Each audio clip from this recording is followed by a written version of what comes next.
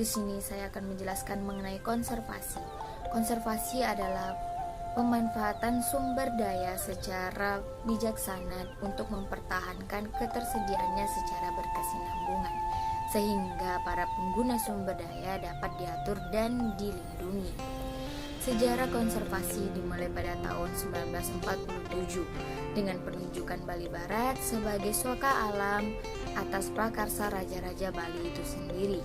Pada tahun 1950, Jawatan Kehutanan RI menetapkan seorang pegawai khusus untuk urusan perlindungan, yaitu mengusut pemburuan badak di ujung kulon.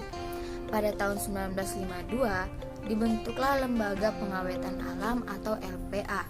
Dan pada tahun 1956, Jawatan Kehutanan membentuk Badan Perlindungan Alam atau BPA. Pada tahun 1982, pemerintah Indonesia secara resmi telah menetapkan 95 kawasan konservasi perairan.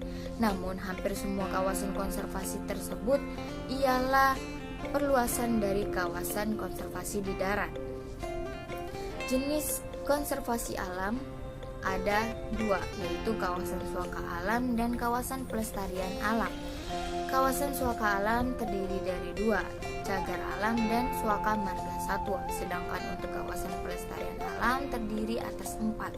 Yang pertama ada Taman Nasional, Taman Wisata Alam, Taman Hutan Raya, dan Taman Baru. Prinsip dasar pengelolaan konservasi ada 5. Yang pertama, proses ekologisnya seharusnya dapat dikontrol. Kemudian tujuan dan sasaran hendaknya dibuat dari sistem pemahaman ekologi. Kemudian ancaman luar hendaknya dapat diminimalkan dan manfaat dari luar dapat dimaksimalkan. Proses evolusi hendaknya dapat dipertahankan dan pengelolaan hendaknya bersifat adaptif dan minimalkan kerusakan sumber daya alam dan lingkungannya. Kategori status spesies itu ada 5, punah, genting, rentan, langka, dan belum cukup dikenal. Berikut penjelasan lebih lanjut mengenai kategori status spesies. Yang pertama ada punah. Punah berarti spesies yang tidak ditemukan lagi di alam. Kemudian genting, spesies yang mempunyai kemungkinan tinggi untuk punah dalam waktu dekat. Kemudian rentan, spesies yang genting dalam waktu dekat karena populasinya menurun dan sebarannya menyusut. Kemudian ada langka, berarti spesies yang mempunyai jumlah individu sedikit.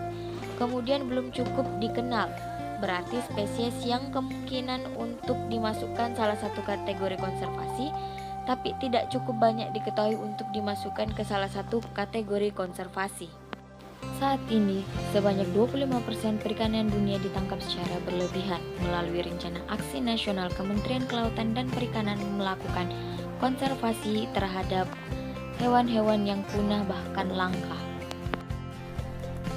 Kemudian asas pengolahan konservasi. Zonasi adalah sistem pembentukan wilayah, daratan atau perairan untuk dialokasikan pada penggunaan yang spesifik. Pembagian wilayah khususnya ke dalam beberapa zona di mana tiap zona direncanakan untuk penggunaan dan kumpulan penggunaan khusus. Zona konservasi dibagi menjadi 3. Yang pertama zona inti, zona penyangga, dan zona pemanfaatan. Zona inti di mana habitat dalam zona ini memiliki nilai konservasi yang tinggi, sangat rentan terhadap gangguan atau perubahan, hanya dapat mentolerir sangat sedikit aktivitas manusia. Zona inti harus dikelola dengan tingkat perlindungan yang tinggi serta tidak dapat diizinkan adanya aktivitas eksploitasi. Kemudian zonasi penyangga merupakan zonasi transisi antara zonasi inti dengan zonasi pemanfaatan. Penyangga di sekeliling zona inti ini ditujukan untuk menjaga zona inti dari berbagai aktivitas pemanfaatan yang dapat mengganggu dan melindungi zona inti dari pengaruh eksternal. Bersifat lebih terbuka tapi tetap dikontrol dan beberapa pemanfaatannya masih dapat diizinkan.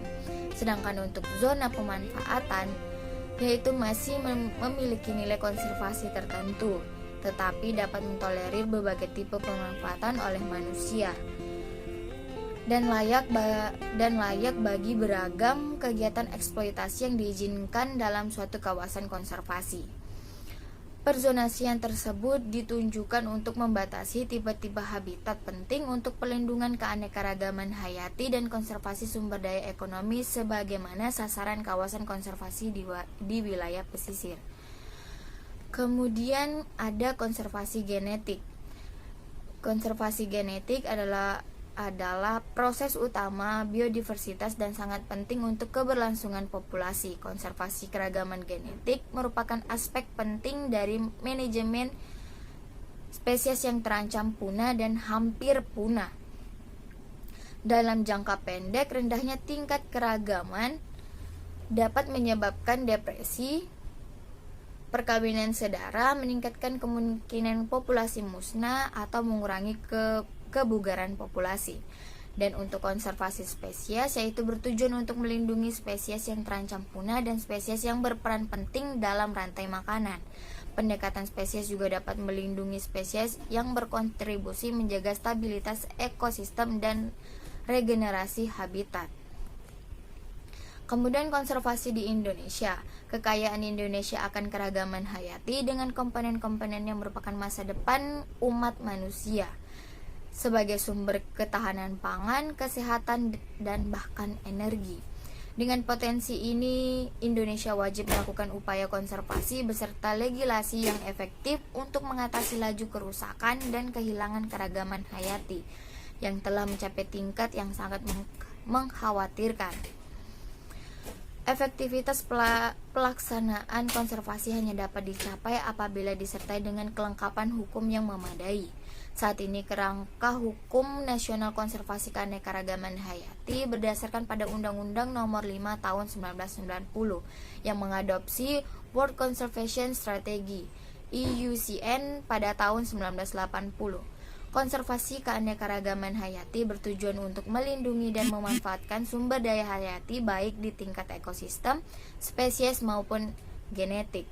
Sehingga kerangka hukum konservasi keanekaragaman hayati juga perlu mengikuti tingkat keanekaragaman tersebut.